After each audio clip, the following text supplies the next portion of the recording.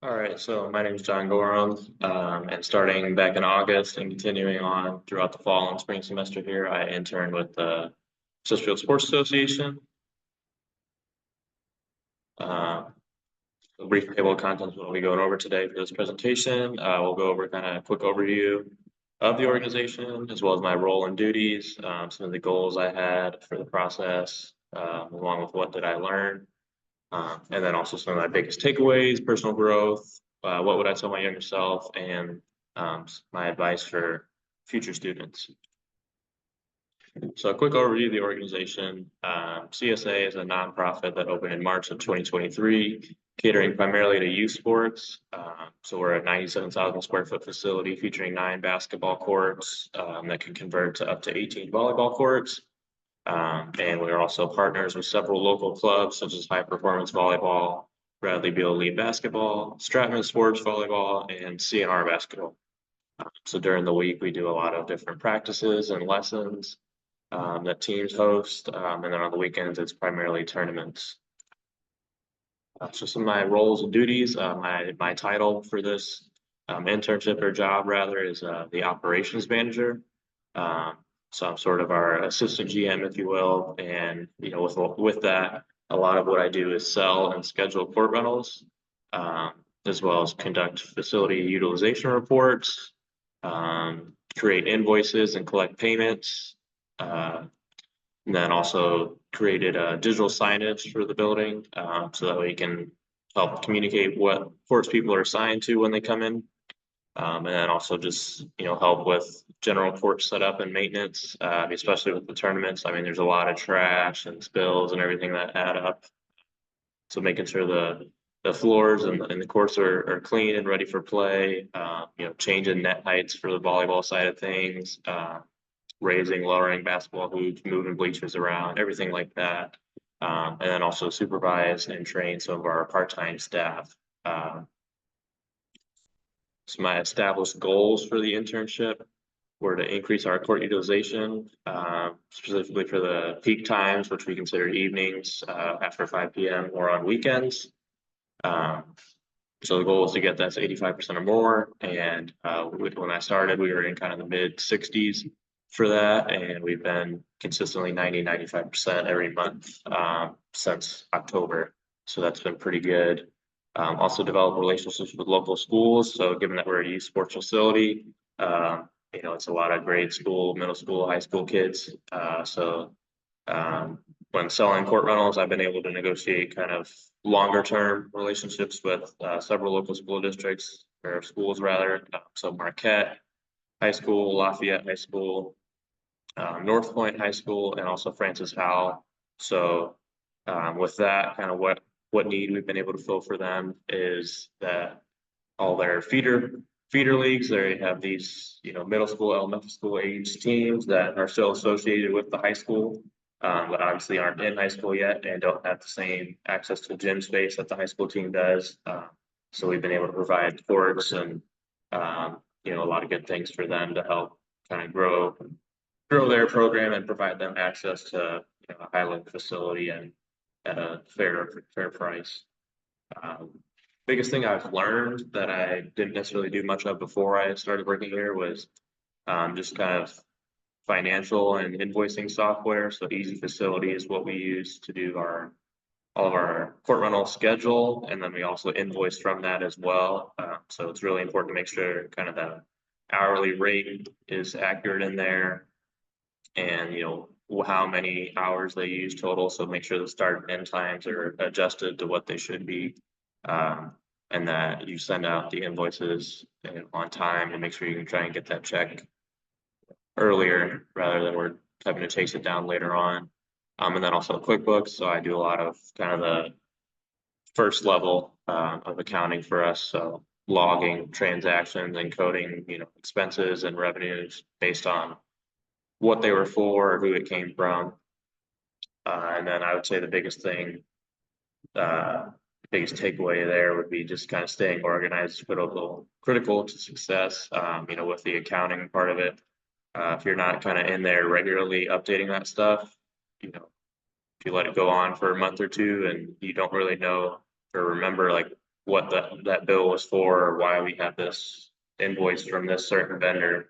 So it's kind of more work on the back end to take a look back and see what everything should be categorized as. And then also proactive planning and communication definitely goes a long way. I would say that's more with like the tournaments we have coming in. A lot of them, especially on the basketball side of things, are like coming in from out of town and haven't been to our facility or don't know where we are. So just making sure you're reaching out to the site directors for those kind of ahead of time, reassuring them that we have the athletic trainer, security, like all that stuff taken care of already. Just want to verify, this is your schedule that you guys plan to have games on this weekend. So that way we're not, short a person at certain times. And we also aren't paying, staff that we don't need because the event's already finished. So again, keeping on that same line here, biggest takeaways. Most people in sports have busy schedules due to multiple jobs and interests. I've worked with, several people here, and we've all got something else going on. Even starting this semester, I took a part-time job with the Cardinals as well. So between that, school, and here, I mean, it's just kind of makes it a challenge to puzzle the schedule together sometimes, which is the new job I picked up after our general manager left the company a couple months ago. So I also schedule all of our facility attendants and night supervisors and everything. So just wanted to make sure that we can have somebody at the building kind of at all times when we have activity going on. There's no gaps. If there's, it's not going to be me kind of there until 6, 7 at night, until that night person comes in. And then I would just say you'll definitely learn a lot in a short amount of time, especially at a smaller organization. I think, CSA has been great. Since when I started in August, we'd only been open 5 months, and then we also have a pretty small staff. So it's not so specialized like some bigger companies are where, you're hired for a specific role and like you only touch like a small set of things within that organization. So, I mean, that's definitely pros to that as well, but, CSA has been exciting just because we're new, so there's not really an established way of doing a lot of things. It gives you an opportunity to bounce ideas off your supervisors and see what sticks. And then also just there's not a large staff where everybody kind of knows their role, so you're asked to do a lot more different things. And that's kind of helped me a lot too with sales. I didn't really think I would want to do sales going into it. I was hired for an operations role and still do quite a bit of sales work, and I've really enjoyed it, which ultimately led me to pursue that part-time job with the Cardinals. So just stuff like that's cool. I also learned like in sales, the customer is always right, kind of definitely rings true. I mean, there's certain things that, okay, no, but, it's your job as a sales rep to, customer service is first and foremost, and to make sure that they feel like they're getting everything they need from you. Whereas in operations, it's not always true. I mean, there's whether it's a safety reason or just, financial reason, there's a certain way that we do things, and there's a reason why to that. So still have to be polite and professional, but you kind of know there's a reason why we do this way. And you just have to kind of calm that person down and get through it. Personal growth, managing people, strategic thinking, financial tracking, those are all skills that I've, increased during my time at CSA. I'd worked in food service in the past and supervised, crew, but in sports, it's definitely been cool to to see how that goes in, a different field, and kind of what all the different planning that goes on behind the scenes that you don't even think about until you're actually in that role. Especially with a lot of people coming in for a tournament, you want everything to run smoothly. You want that group to want to come back and rent your facility again. What would I tell my younger self? I would just say follow your passion sooner. I always played sports, always thought that'd be cool to work in sports, but I just figured, well, I wasn't like a varsity high school or college athlete. So, it's probably where most of the opportunities go to, but that's definitely not true. Like once you grow up a little bit and kind of take a deeper dive into things, you realize how many different positions there are available kind of behind the scenes that, are needed to keep things running.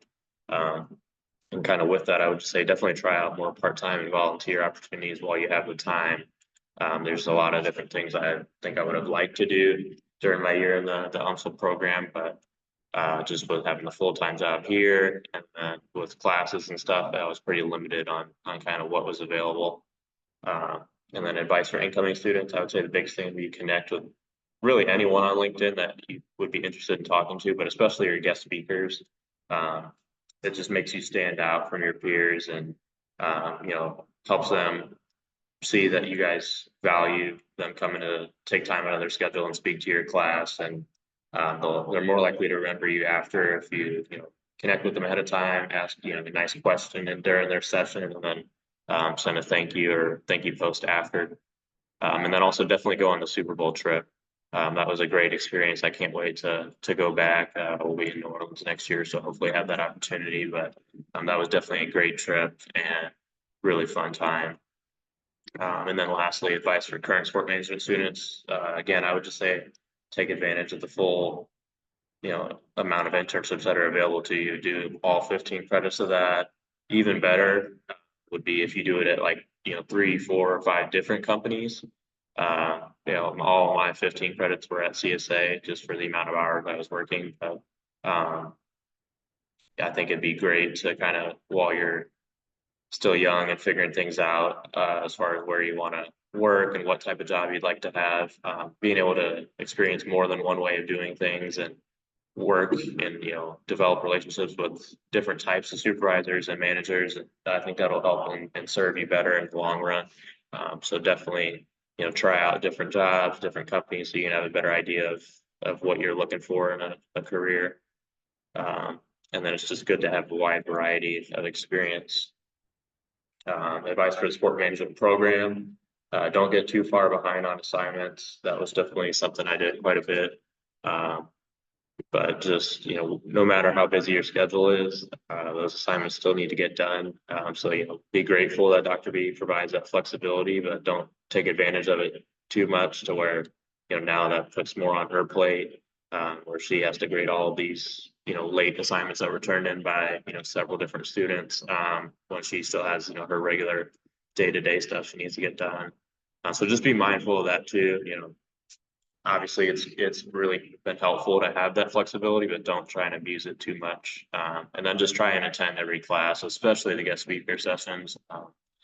Fridays were definitely my favorite part of the week in the program, being able to learn and listen to all these different people that are in a wide variety of different positions in pro, collegiate, and amateur sport.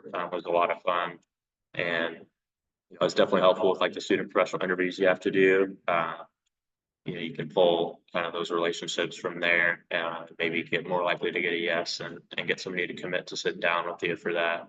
But yeah, feel free to reach out and connect with me on LinkedIn if you guys have any questions, or send me an email there. I'd be happy to share any advice I have about CSA if you're interested in like a part-time job here, or even with the sport management program. I think it's definitely a great spot to be. Dr. Valeska is definitely the best professor I've ever had. So I highly recommend it, especially the Super Bowl trip. So thank you.